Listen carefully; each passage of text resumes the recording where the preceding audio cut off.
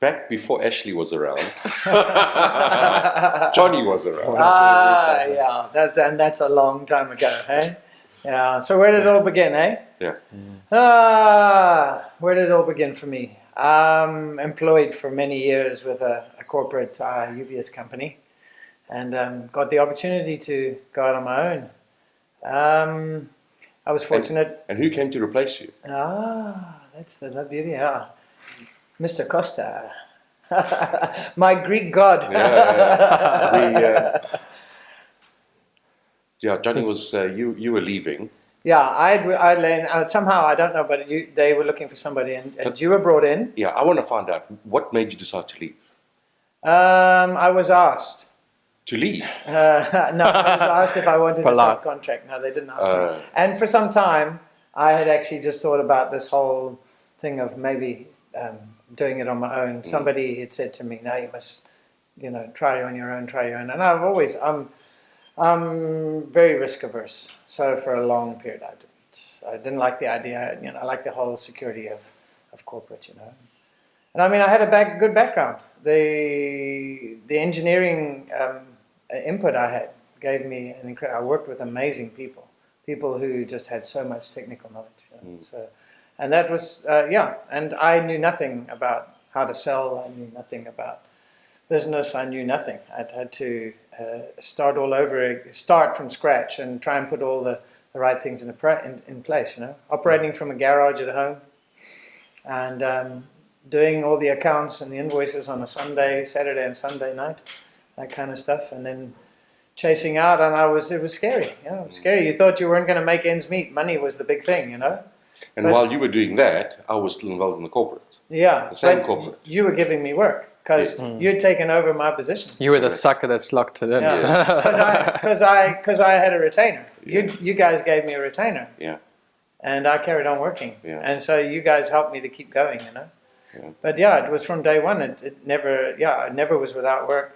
It was scary.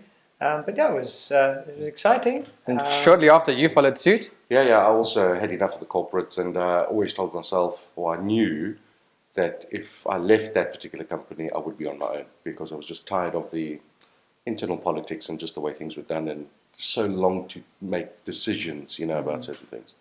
So, I think it was about 4 years after you left, 4.5, maybe 5 years. I also left, went on my own. Same thing, working from garage, took nothing, started from scratch. But you know what? It's the relationship that you build up with people over the years that carried me forward. I remember the days when I could remember when you were sort of like near the end. You used to bring your radio control cars. You got everybody involved, and you were racing up and down the car park and everything. That's the sort of interest you had in. Even I remember from Go to Work with Dad days, because I was Go to Work with Dad days, and see Costa and Babs out of the boot of their car with their cars. Johnny, come have a look here, and you open up the boot. And there wouldn't be tools or anything like that. There would be a whole load of radio control Wayne and Reg even was there. Yeah, Reg. Not much has changed. There's still cars in the back of his boot. They're just smaller. Still a kid. So after I was on my own for a hell of a long time, I think it was 16, 17 years on my own.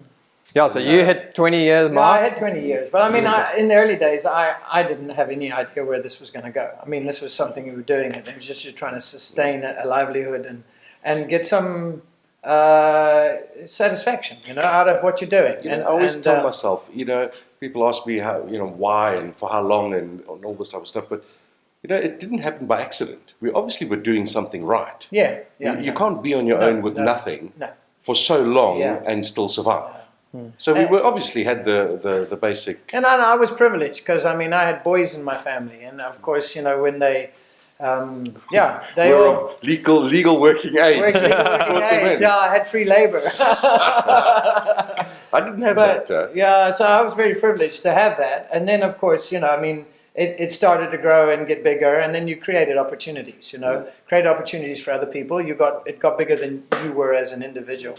So you had to employ people, and so there was people that were employed. and you didn't really know where it was going to go, because at a younger age you don't sort of think about the future too much, you know. But yeah, people came and some people left, and people made a place for themselves, you know. And particularly Ashley came along, and he just decided, no, these are the things I want to try and do. And he used to just sit there and try this and try that, do some accounting stuff. We used to go out and do jobs. Yeah, well, and I started off. He was my driver. He drove us everywhere. I started off carrying tools. Carry Dad's tools, fill out his checklist, drive him to the next spot. Yeah. And from there, and then it kind of just grew into a space where it was seeing a need and then slotting into that position. Yeah.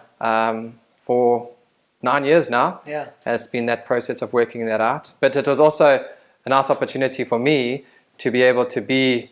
I was still in school days when the two of you were working together, and I even remember, like I said just now, coming to work days and meeting Costa, being with Dad at the other place, and so I saw that whole progression happen too, you know. So it's been a working out of 20 years as JDAC power support, 16 years as uninterruptible power, and yeah, from there we got to a point. Yeah, we kept on bumping into each other. Yeah, and we figured out we were sort of fighting. Often, yeah, we ran parallel roads for a long time. Absolutely. And often, you used to say to me, I've had enough of this. I want to get out. And then I'd say, we must talk. And you'd say, yeah, no, we must talk. And we never talked. And we never talked and never talked. And then I kept saying to my dad also, like, if anything happens here and I have to do this business alone, I'm going to Costa next day, and I'm going to talk to Costa and make this happen because I want to work with Costa. But we got to a point where the business was at a stage where we just decided there's got to be something more. And so as JDAC, we actually got all the staff together, and we got a business coach in and somebody to give us some insight as to business operations and how we can grow and stuff. And one of the things was that we needed somebody like Costa, you know, somebody who had marketing. And then Ashley comes along and says, so where would we find somebody like that? And because your name never came on, and Ashley would say, Dad, give Costa a call. Dad, give Costa a call. So I gave Costa a call. He's only 17th on our list. Well, we started A, B, C. Like, oh, perfect. And I distinctly remember the day you came to see us. And I said, come see us and come talk to us. And I remember you walking out the gate and you looked at me and you said, Johnny, thanks for thinking of me. I remember that. And I was just that it's always been a warm feeling. Yeah, it means a lot. It means a lot. It's amazing. We've shared, or we've been working together for so long, and yet we've led such separate lives. Yes, that's right. Yeah. So, and it's kind of like a full circle back to the same place again. 20 years later, where it all started. We did work together, but now for yourselves. For some time before you left. So it wasn't a clean cut. It was still intertwined, and then obviously. But we've always connected. I mean, we've been working together and all kinds of things. And you know, for me, the exciting part is to see a continuity. So this has now taken the business, our businesses, combined into something and given it a new lease of life. Because and it gives it new impetus and so it's that's the excitement of it now. The years of expertise that we have, it's not wasted. It's not wasted. No. At least we can utilize that to good benefit, and obviously it's good advice for customers, prospective customers, and existing customers. Well, exactly. I mean, we're putting a resource pool together now of like extensive years of knowledge, and aside from the years in the industry, I mean, if we had to take your combined years in the industry, we've got over 50 years in the industry. And being out on your own is 36 years in itself, you know.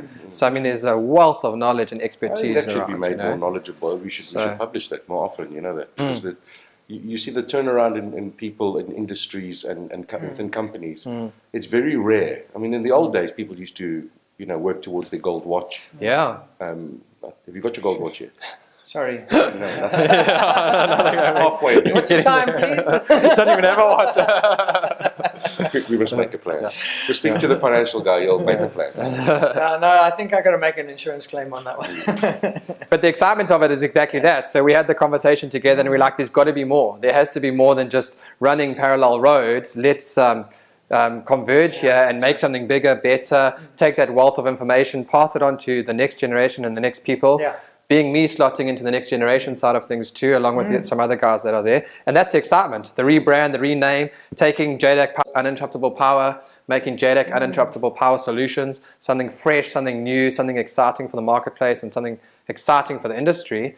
And I think the plans and the ideas that we have around that into the future is exciting for where we're going, you know. Yeah, we've got big ideas, we've got big plans, big stuff to take the market by storm, and big stuff to keep offering to the clients that we've had for those 20 years, 16 years, keep them going, keeping them happy. You know? I like the idea of the fresh, young vision.